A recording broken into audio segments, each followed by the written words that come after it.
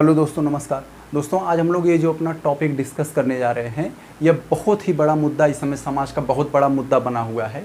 और ये हम लोगों का जो पेपर फर्स्ट है, जीएस फर्स्ट पेपर में एक हम लोग टॉपिक पढ़ते हैं, social issue and Indian society.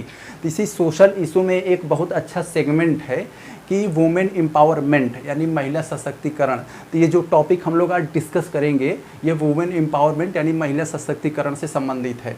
तो ये महिला सशक्तिकरण संबंधित ये जो इस समय बहुत तेज़ी से चर्चा में, खबरों में फैला हुआ है, हर न्यूज़ में, हर पेपर में, हर मैगजीन में, हर जो है कंटेंट में, कि ये जो बढ़ती हुई रेप की घटनाएं हैं, इसके क्या कारण है। यानी ये जो रेप की घटनाएं बढ़ रही हैं, तो किस किस प्रकार के रेप हो रहे हैं, या हम लोग रेप के प्रकार को देखेंगे। और जो है रेप की घटनाएं हो रही हैं, तो रेप क्यों बढ़ रहे हैं, ऐसी क्या वजह हैं जिसकी वजह से रेप जैसी घटनाएं दिन प्रतिदिन बढ़ती जा रही हैं। तो हम लोग इसके मुख्य कारण को देखेंगे। फिर इसके बाद हम लोग ये देखेंगे कि हर एक जो है समस्या का हर एक समाधान भी होता है, चाहे वो अप्लाइड हो या ना हो। तो हम लोग इसके कुछ जो है इसके निवारण, इसके उपाय को सुझाएंगे, किस किस वजहों से जो है हम लोग रेप जैसी बढ़ती हुई घटनाओं को रोक सकते हैं। तो ये देखेंगे। और फिर इसमें देखेंगे कि इसमें कुछ मुख्य बातें हैं, रेप से रिलेटेड कुछ मुख्य बातें हैं जो बहुत ही ज़रूरी है, जो हर व्यक्ति को जानना चाहिए। तो हम लोग इसको देखेंगे। कल को आप जब कोई अधिकारी बनेंगे, चाहे देखिए कोई अधिकारी बड़ा या छोटा नहीं होता है, लेकिन हर एक व्यक्ति को अपने ऊपर वाले के प्रति जवाबदेही तय करनी पड़ती है, और वही जो है अपने नीचे वालों से भी सवाल करता है। यानी हर एक व्यक्ति के ऊपर कुछ लोग होते हैं जो उससे सवाल जवाब करते हैं, और वही व्यक्ति अपने जो नीचे होता है उससे सवाल जवाब करता है। मान लीजिए कल आप कोई अधिकारी बन गए, और अधिकारी जब बन जाएंगे तो आपके क्षेत्र में मान लीजिए खूब रेप जैसी घटनाएं हो गई हैं, बहुत ज़्यादा तेज़ी से बढ़ रही हैं। तो क्या होगा, व्यक्ति जो है सड़क पर होंगे, चक्का जाम करेंगे, ट्रेन फूकेंगे, बस फूकेंगे, और तमाम तरह के आंदोलन करेंगे, कैंडल मार्च लेकर निकलेंगे। तो जो है आपके ऊपर वाले जो है आपसे सवाल करेंगे कि भाई बताइए आपके क्षेत्र में क्या हो रहा है, क्यों इतना आंदोलन हो रहा है, क्यों बसें जलाई जा रही हैं, क्यों ट्रेनें जलाई जा रही हैं, क्यों लोग आंदोलन कर रहे हैं, क्यों लोग कैंडल मार्च लेके निकल रहे हैं, क्या हो रहा है आपके क्षेत्र में। तो आप बताएंगे जी सर यहाँ रेप जैसी घटनाएं बहुत तेज़ी से बढ़ रही हैं। तो आपसे पूछा जाएगा किस प्रकार का रेप, तो आप उसे रेप के टाइप को बताएंगे। फिर उसके बाद पूछा जाएगा आपसे कारण, फिर उसके बाद आपसे उपाय पूछा जाएगा, ये सब आपको बताना पड़ेगा। तो चलिए सबसे पहले हम ये देखते हैं कि ये जो रेप जैसी घटनाएं हो रही हैं, तो रेप क्या होता है, हम लोग रेप कहते किसे हैं। आपको मालूम होगा कि कोई भी पुरुष किसी महिला के सहमति के बिना उसके साथ सेक्सुअल रिलेशन बनाता है, बलपूर्वक, जोर जबरदस्ती तरीके से, तो ऐसी घटनाओं को जो है रेप कहा जाता है। यदि यही जो है सेक्सुअल रिलेशन महिला और पुरुष के बीच आपसी सहमति से होता है, तो ये रेप की श्रेणी में नहीं आता है। लेकिन एक बात का ध्यान रखा जाता है कि महिला को आप किसी प्रकार का डराए धमकाए ना हो, महिला को किसी प्रकार का आप लालच न दिए हो, महिला पागल न हो, और महिला जो है नाबालिग न हो। अगर ये सब नहीं होता है और सेक्सुअल रिलेशन आपसी सहमति से होता है, तो ये रेप की श्रेणी में नहीं आता है, अन्यथा यह रेप कहा जाता है, रेप की श्रेणी में आता है। तो जो रेप होता है, ये रेप के कई प्रकार होते हैं। तो हम लोग रेप को देख लिए, अब रेप को प्रकार को देख रहे हैं। तो एक रेप होता है जो उतना ज़्यादा चर्चा में नहीं आता है, वो ये जो होता है सिंपल रेप। सिंपल रेप क्या होता है, कोई एक पुरुष किसी महिला के साथ जोर जबरदस्ती तरीके से सेक्सुअल रिलेशन बना लेता है, तो इसे जो है क्या होता है कि इसे सिंपल रेप या साधारण बलात्कार बोला जाता है। लेकिन हम लोग यहाँ जो मुख्य बातों पर चर्चा करने जा रहे हैं, ये गैंग रेप क्या होता है, जिसे हिंदी में हम लोग कहते हैं सामूहिक बलात्कार। ये गैंग रेप होता क्या है मेरे भाई, कि हम लोग रेप को जानते ही हैं। तो दो या दो से अधिक पुरुष मिलकर किसी महिला का जब रेप करते हैं, तो ऐसी घटनाओं को जो है गैंग रेप कहा जाता है। गैंग रेप क्या होता है, पुरुष द्वारा किया गया सबसे खौफनाक और सबसे घटिया कृत्य होता है। इसमें क्या होता है, महिला की जान बचना मुश्किल हो जाता है। यानी इसमें 99% महिला की मृत्यु हो जाती है। इस टाइप के रेप में ये सबसे खतरनाक रेप माना जाता है। और जो है इसमें जो है जो व्यक्ति रेप करते हैं उनकी भी जान बचना मुश्किल होता है। उनको उम्र कैद या फांसी से कम सज़ा तो नहीं मिलती है। क्यों? क्योंकि क्या होता है कि अगर वो लोग महिला का रेप करते हैं, मान लीजिए कई पुरुष जो है किसी महिला को किसी भी तरीके से पकड़ लिए, और जो है पकड़कर उसका मान लीजिए रेप किए, और जैसे मान लीजिए वो महिला नाबालिग है, या तो क्या होता है को इतना कई लोग होते हैं रेप करते करते वो इतना पीड़ा ज़्यादा सहन नहीं कर पाती है, वो दम तोड़ देती है वहीं। अगर मान लीजिए वो महिला थोड़ा एडल्ट है, थोड़ा जो है बालिग है, और जो है वो किसी प्रकार से वो जान उसकी बच गई, तो जो रेप करने वाले होते हैं वो सोचते हैं कि यार अगर ये बच गई तो कल की ये हमारे फांसी का फंदा बन जाएगी, हमारे लिए साबूत बन जाएगी और हम सब लोग नहीं बचेंगे। तो वो लोग अपने आप को सेफ रखने के लिए उस महिला का जो है किसी भी प्रकार के गला, मतलब उसको जलाकर, आप लोग देखे होंगे, जलाकर, काट कर, मार कर, कहीं नदी में नाले में फेंक कर वो जो है उस महिला का जो है हत्या कर देते हैं। यहाँ क्या होता है कि महिला के साथ दो प्रकार की जो है घटनाएं हो जाती हैं। एक तो उसके साथ रेप हुआ और दूसरी जो है उसकी हत्या हो गई। यानी महिला के साथ दो प्रकार का यहाँ हिंसा हुआ और जो रेप करते हैं वो दो प्रकार का जो है उनसे दो प्रकार का क्राइम हो गया। एक तो वो लोग रेप किए और दूसरा क्या हुआ कि वो जो है दूसरा उनसे एक हत्या का भी कृत्य हो गया। यानी उनके जो चार्ज लगेगा वो दो टाइप का चार्ज लगेगा, एक रेप का और एक हत्या का। तो इसीलिए जो है महिलाओं की जान यहाँ बचना मुश्किल होता है और जो रेप करते हैं उनकी भी जान यहाँ बचना मुश्किल होता है। तो ये रेप का सबसे घटिया, सबसे खौफनाक जो है प्रकार है, तो इसे हम लोग देख लिए। अब आगे हम लोग ये देखते हैं ये कस्टोडियल रेप। कस्टोडियल रेप क्या होता है मेरे भाई? इसमें एक देखने से तो लगता है महिला के साथ जोर ज़बरदस्ती नहीं हो रहा है, शारीरिक रूप से महिला के साथ जोर ज़बरदस्ती तो नहीं होता है, लेकिन मानसिक रूप से महिला के साथ जोर ज़बरदस्ती होता है। इसमें क्या होता है कि महिला को कैद कर लिया जाता है, किसी प्रकार का लालच दे दिया जाता है, डरा धमका दिया जाता है या किसी अन्य प्रकार से झांसा दिया जाता है, शादी विवाह का ये झांसा देकर या किसी अन्य प्रकार का लालच देकर या किसी तरीके से अपने जाल में फंसाकर उसको जो है कैद करके, इस टाइप के जो रेप होते हैं इन्हें जो है कस्टोडियल रेप यानी जो है अभिरक्षण यानी अपने कब्जे में लेकर जो है रेप किया जाता है। तो ऐसे रेप को जो है कस्टोडियल रेप कहा जाता है। आप लोग न्यूज़पेपर में या कई जगह ऐसी घटनाओं देखे होंगे कि जैसे किसी लड़की को, भाई को या बाप को किडनैप कर लिया और उस लड़की के लिए प्रस्ताव रखा गया कि तुम आकर हमारे साथ ऐसा करो और उसके बाद हम लोग इसे छोड़ देंगे या तो हम इसे मार देंगे। तो इस टाइप की जो है जो हिरासत में लेकर या कब्जे में लेकर, लालच देकर, डरा धमका कर, शादी विवाह का झांसा देकर या किसी जैसे आप तमाम तरह के झांसा वाले जो बाबा होते हैं, ऐसे बाबाओं के बारे में आपने सुना होगा। ये सब जो रेप होते हैं इस टाइप के रेप को कस्टोडियल रेप बोला जाता है। तो ये हम लोग देख लिए कस्टोडियल रेप। ये भी जैसे बहुत इससे तो ये भी एक प्रकार का ये भी बहुत ही घटिया कृत्य है। अब हम लोग ये देखते हैं मैरिटल रेप। मैरिटल रेप मेरे भाई, इसको पढ़ते वक्त समझ नहीं आता इसको अच्छा कहें कि बुरा कहें। ये ज़्यादा खतरनाक नहीं है, ये एक पारिवारिक मैटर है। मैरिटल रेप क्या होता है कि कोई भी मतलब ये पति पत्नी के बीच होता है। जिस प्रकार कोई अन्य पुरुष किसी महिला के सहमति के बिना यदि उसके साथ सेक्सुअल रिलेशन बना लेता है तो उसे रेप कहा जाता है। इसी प्रकार कोई भी पति जो है अपनी पत्नी के सहमति के बिना उसके साथ सेक्सुअल रिलेशन बनाता है, जोर ज़बरदस्ती तरीके से बनाता है, तो इसे जो है मैरिटल रेप बोला जाता है, जिसे हिंदी में वैवाहिक बलात्कार कहा जाता है। ये वैवाहिक बलात्कार को काफ़ी दिनों से मांग उठ रही है कि जो है इसे जो है अपराध घोषित किया जाए, लेकिन इसे अपराध नहीं माना जाता है। कानून में कई बार ये मुद्दा उठा, जैसे एक है IPC इंडियन पीनल कोड 375 में अपवाद 2 में ये लिखा गया है कि जैसे कोई भी जैसे अगर पति अपनी पत्नी के साथ जोर ज़बरदस्ती तरीके से रेप करता है तो रेप की श्रेणी में नहीं आएगा।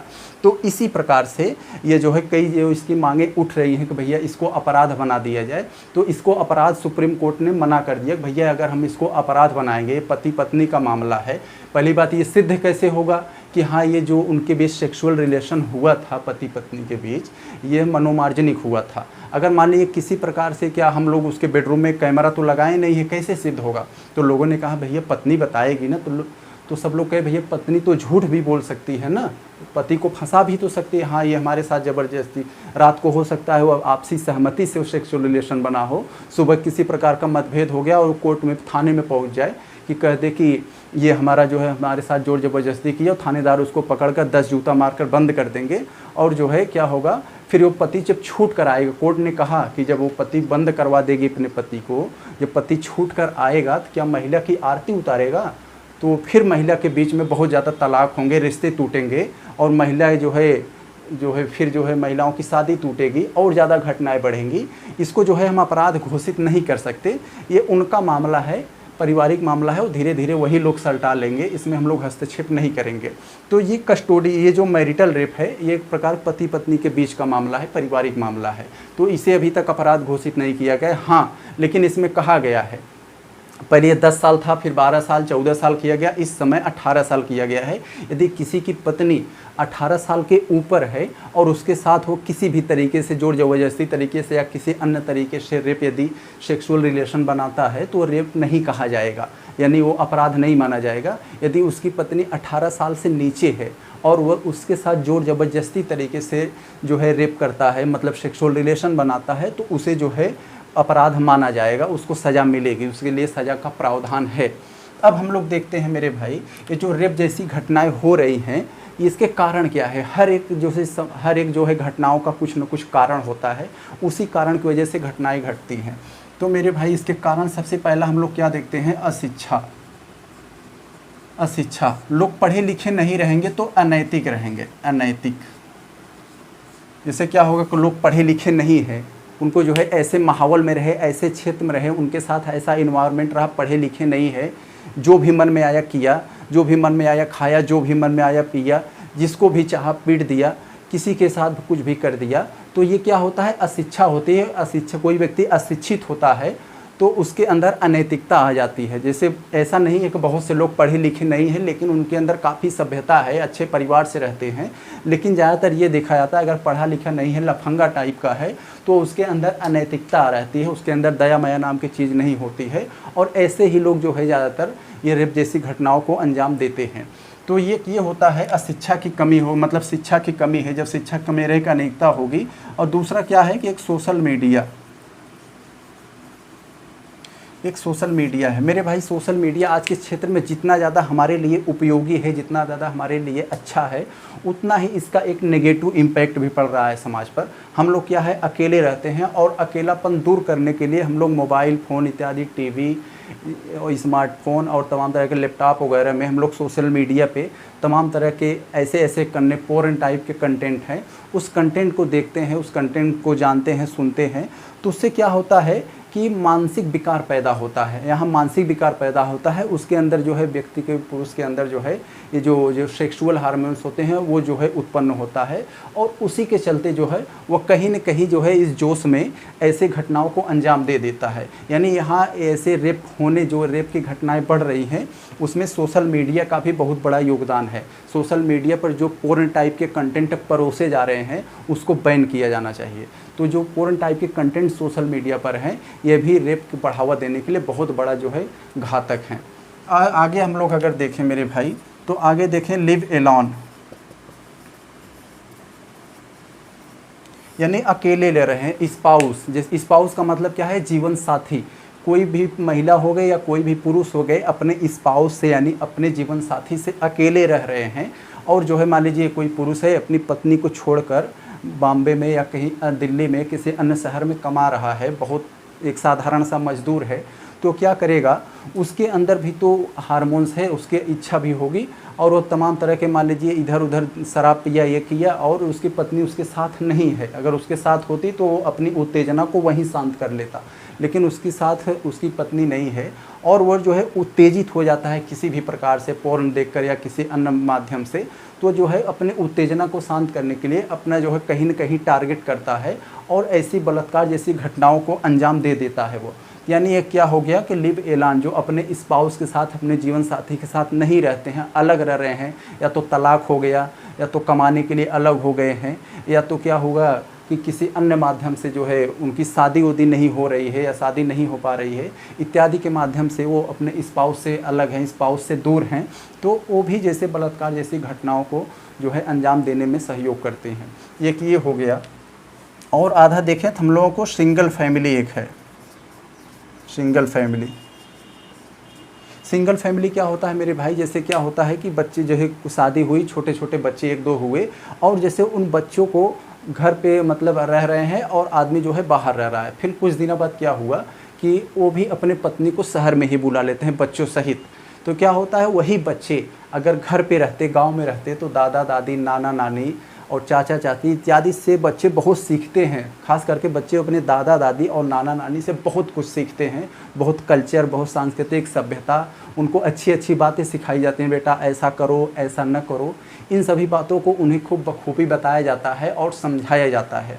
तो बच्चे जब आप उन्हें उठा कर लेके एक शहर में काल कोठरी में बंद करके रह रहे हैं, तो बेटा सिर्फ टीचर से बात करना जानता है और किसी प्रकार की उसके अंदर सभ्यता नहीं होती है, नैतिकता नहीं आ पाती है, उसके अंदर दया माया नाम की कोई चीज़ नहीं रह जाती है, और वह अकेले रहता है शहर में। और हर एक व्यक्ति जो अकेले रह रहा है, अपना अकेलापन दूर करने के लिए वो करता क्या है कि सोचता है हमसे कोई बात करे, अपने दिल की बात कहें, क्योंकि वहाँ कोई किसी से बात नहीं। तो जो है एक जो है महिला रहेगी तो पुरुष, अगर पुरुष रहेगा तो महिला की तलाश करेगा, तलाश करते वक्त वो जो है उनकी बातचीत आगे बढ़ेगी, अकेलेपन दूर करने के वो लोग बातचीत करेंगे। अब बातचीत में वो लोग हरे रामा हरे कृष्णा वाला बातचीत तो करेंगे नहीं, वो जब भी करेंगे तो वही बुलडोजर वाला बमबोले वाला बात करेंगे। तो ऐसी बात करते करते उसके अंदर उत्तेजना की भावना आ जाती है, और वो भी ऐसी जो है जो सिंगल फैमिली कह रहे हैं हम लोग जो, तो ये भी जो बलात्कार जैसी घटनाओं को अंजाम देने में काफ़ी योगदान देते हैं। तो ये कुछ हमने फैक्ट देखा, कुछ ऐसे हम लोग पॉइंट यहाँ पे देखा जो बलात्कार जैसी घटनाओं के होने का कारण साबित होते हैं। अब हम लोग इसको कुछ देखते हैं उपाय, निवारण, इसका किस किस घटनाओं से हम लोग को है बलात्कार जैसी घटनाओं को रोक सकते हैं। तो मेरे भाई पहले इसको हम लोग देख लें, शिक्षा को बढ़ावा, सबसे पहला नंबर यही है। हम लोग शिक्षा को जितना बढ़ावा देंगे उतना ज़्यादा व्यक्ति समझदार होगा, नैतिक होगा। हालांकि ये पूरी गारंटी नहीं है, एक शिक्षित व्यक्ति जो है ऐसी घटनाएं नहीं कर सकता, लेकिन अमूमन ऐसा माना जाता है कि जो व्यक्ति ज़्यादा पढ़ा लिखा होता है, ज़्यादा नैतिक होता है, ज़्यादा सब कुछ चीज़ों के बारे में जाना है, वो ऐसी घटनाओं को अंजाम नहीं दे सकता। तो यहाँ का क्या हुआ, शिक्षा को बढ़ावा देता है। और दूसरी बात क्या है मेरे भाई, यहाँ पर जैसे एक यहाँ पर मुख्य बातों में एक कारण और जोड़ सकते हैं, प्रशासन का ढीलापन, यानी जो है प्रशासन होती है, प्रशासन का जो ढीलापन होता है, यानी जो है शासन प्रशासन की अगर कड़ी निगरानी नहीं हो पाती है तो ये भी जो है बलात्कार जैसी घटनाओं को जो लोग अंजाम देते हैं उनका मनोबल बढ़ता है और वो दे लेते हैं। तो यहाँ एक चीज़ और हम लोग जोड़ सकते हैं, जो प्रशासन होता है,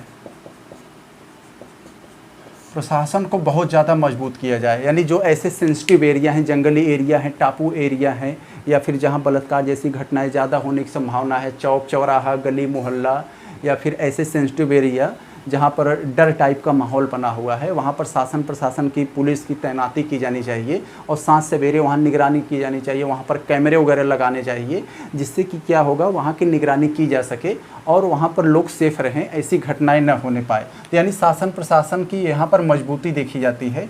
और हम लोग क्या क्या कर सकते हैं इसके उपाय में, आप लोग सोच कर बताइए कि कैसे कैसे हम लोग क्या सकते हैं। और जहाँ तक कोशिश रहे कि हम लोग जो है एकल परिवार में रहें। एकल परिवार का मतलब होता है, अगर बच्चे दादा दादी नाना नानी इत्यादि के साथ रहेंगे तो अच्छी कल्चर सीखेंगे, अच्छी सभ्यता सीखेंगे और उनके अंदर नैतिकता का भाव आएगा। तो ये हो गया। और हम लोग अगर आगे बात देखें तो क्या हुआ कि जो है निगरानी रखनी चाहिए।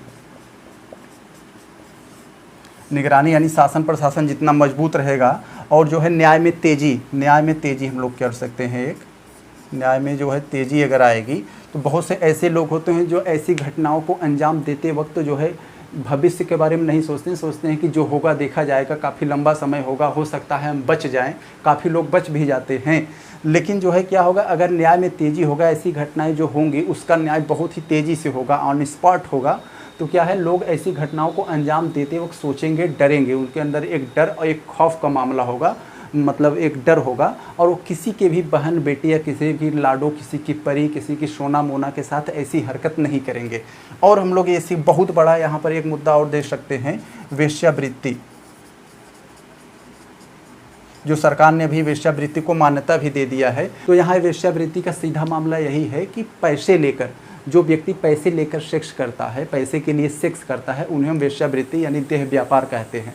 यानी अगर वेश्यावृत्ति को अगर मान्यता मिली रहेगी, किसी शहर में वेश्यावृत्ति हो रही है, यानी कोई महिला पैसे लेकर किसी पुरुष के साथ सेक्स कर ले रही है, तो वहाँ पर क्या होगा, ऐसे पुरुष होंगे जो एकल परिवार ज़िंदगी जी रहे, जिनकी पत्नी नहीं है या जो अकेले रह रहे हैं, वो लोग जो है किसी की लाडो, किसी की परी के साथ ऐसी घटनाओं को अंजाम नहीं देंगे। वो लोग वहाँ जाकर कुछ पैसे देकर और जो है अपनी जो है उत्तेजना को शांत करके चले आएंगे। और क्या होगा कि वो किसी के साथ ऐसी क्रूरता का व्यवहार नहीं करेंगे, ऐसी हत्याएं बहुत कम होंगी। तो ये होगा। अगर हम लोग और देखें अगर कुछ बातें, इसका प्रभाव क्या पड़ रहा है, जो रेप जैसी घटनाएं हो रही हैं समाज में, इसका प्रभाव क्या पड़ रहा है। तो प्रभाव मेरे भाई बहुत ज़्यादा पड़ रहा है कि इससे क्या होता है कि लोग इसे आत्मसम्मान से जोड़कर देखते हैं। लोगों का आत्मसम्मान इससे क्या होता है कि घर परिवार में महिलाओं को आत्मसम्मान की नज़र से देखा जाता है। अगर किसी की बहन, किसी की बेटी के साथ ऐसी हरकत हो जाती है तो लोग मतलब उसे लगता है कि मेरा सब कुछ चला गया, इज्जत सम्मान की कमी हो जाती है। और जिस महिला के साथ होती है वो क्या होता है वहाँ पर उस महिला के साथ, कि जिस महिला के साथ मान लीजिए रेप जैसी घटनाएं हो गई, अब होगा क्या वहाँ पे कि महिला के जो है निरर्थर एकदम निष्क्रियता की ज़िंदगी जीने लगेगी। वो क्या होगा कि अपना जॉब छोड़ देगी, बाहर निकलना बंद कर देगी, वो जो है उसके जीवन में एकदम निष्क्रियता आ जाता है। इत्यादि सभी घटनाओं को हम लोग देख सकते हैं। यानी इसका समाज पे बहुत बड़ा नेगेटिव इम्पैक्ट भी पड़ता है। ये बदले की भावना से भी कई प्रकार के रेप होते हैं।